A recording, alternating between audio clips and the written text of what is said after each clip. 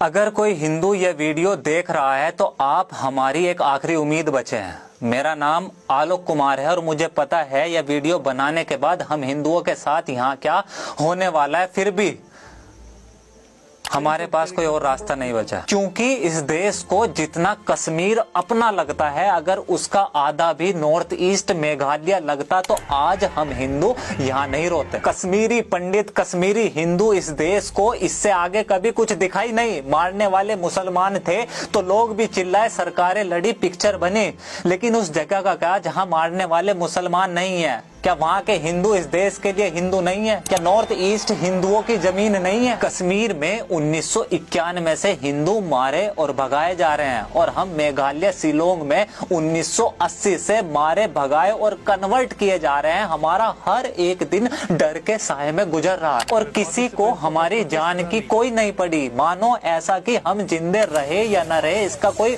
मतलब ही नहीं। आप हंसते हैं ना कि हम राइस बैग लेकर कन्वर्ट हो जाते हैं। कभी यह जानने की कोशिश करी कि हमारी जिंदगी कैसे गुजर रही है, पिछले 40 सालों से हमारे साथ क्या हो रहा है, यह जानने की कोशिश करी? तो आज सुनो।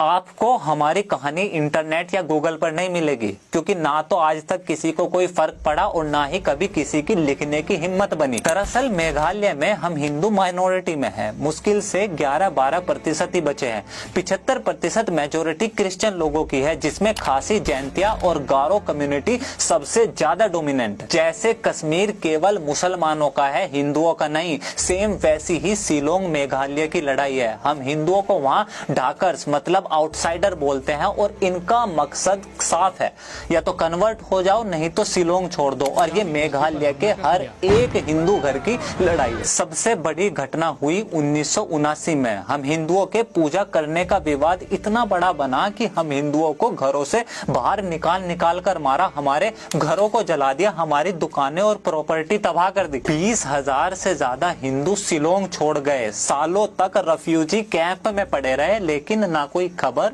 न टीवी और न सरकार। 1984 हिंदुओं के नरसंहार की दूसरी घटना निर्भया दिल्ली से थी, इसलिए पूरे भारत को उसकी चीखें सुनाई पड़ी। गौरी दे नाम था उस लड़की का, प्रेग्नेंट थी वो। उसके पति के सामने बांधकर रेप और फिर धारदार बांस को उसकी आंतों तक घुसा दिया। यहाँ लोगों के कानों में वो चीख आज भी गूंजती है, लेकिन गले से आवाज नहीं निकलती।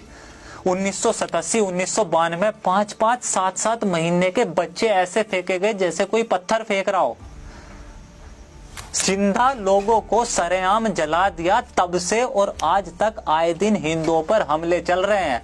यहाँ पुलिस और या लोकतंत्र काम नहीं करता। इस देश में लोकतंत्र केवल वही काम करता है जहाँ हिंदू मेजोरिटी में हो, वरना पुलिस और प्रशासन सब चुपचाप हमें मरता हुआ देखते हैं। अगर हम हिंदू शिलोंग में जिंदा है या लड़ पा रहे हैं तो वो केवल हरिजन सिख बस्ती या वहाँ बने गुरुद्वारे की वजह से है। जब भी शिलोंग में कोई दंगा होता है तो सारे हिंदू हरिजन बस्ती या गुरुद्वारे में चले जाते हैं। शिलोंग में केवल एक वो ऐसी जगह है जहाँ किसी की हिम्मत नहीं कि हमला कर दे, और इसी वजह से यहाँ के क्रिश्चियन लोगों की दो मांगे चल रही है। एक कि हरिजन बस्ती को रिलोकेट कर कहीं और बसाया जाए, दूसरा इनर लैंड परमिट कि अगर किसी को मेघालय या शिलोंग में आना होगा तो वो केवल परमिट लेकर ही आ सकता है। अगर ये दो चीजें हुई, यकीन करें कि अगले कुछ सालों के अंदर मेघालय शिलोंग में ना के बराबर हिंदू होंगे। कभी सोचा है यहाँ मेघालय शिलोंग में कभी कोई रेलवे क्यों नहीं आने दी? ये लोग नहीं चाहते कि यहाँ देश भर से ज्यादा संख्या में हिंदू आए या यहाँ आके नौकरी या बिजनेस करे। आज आप कश्मीर में जमीन खरीद सकते हैं, लेकिन मेघालय में कोई हिंदू जमीन नहीं खरीद सकता।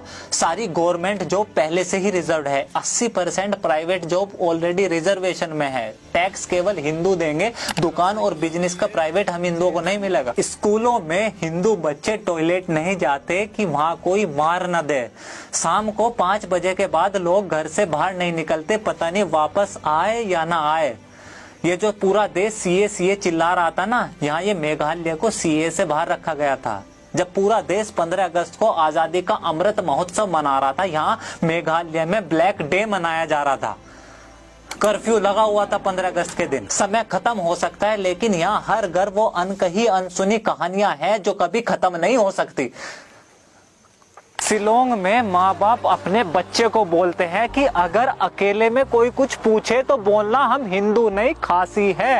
ये सब इस देश की मेजोरिटी हिंदुओं के साथ उनके ही देश में चल रहा है। ये सीएए के समय बोल रहे थे ना कि कश्मीर में उस समय हम होते तो कोई भी हिंदू पलायन नहीं करता। 30 साल बाद आज आप हैं और नॉर्थ ईस्ट मेघालय वही कश्मीर दोहरा रहा है। आपने कुछ करा या आप कुछ कर सकते हैं, और अगर जब कुछ बस की ना हो तो आपसे हाथ जोड़कर प्रार्थना है कि अगली बार किसी हिंदू को राइस बैग लेकर कन्वर्ट होता देखे तो उस पे हंसना मत, बल्कि सनातनी खून होने के बावजूद ऐसे मुर्दों की तरह जीने पर, अपने जीवन पर धिक्कार करना और हमारी चिंता मत करना।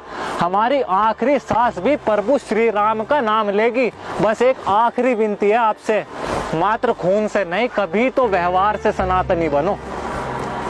इस बार ज्यादा कुछ कहने का मन नहीं है। मेरा ये काम जरा भी पसंद आए तो प्लीज द टॉक शो को फाइनेंशियल सपोर्ट करें, और अगर आप चैनल को सब्सक्राइब करोगे तो मुझे और ज्यादा ताकत मिलेगी अपनों के लिए लड़ने में। This is Alok Kumar from talk. See you next video.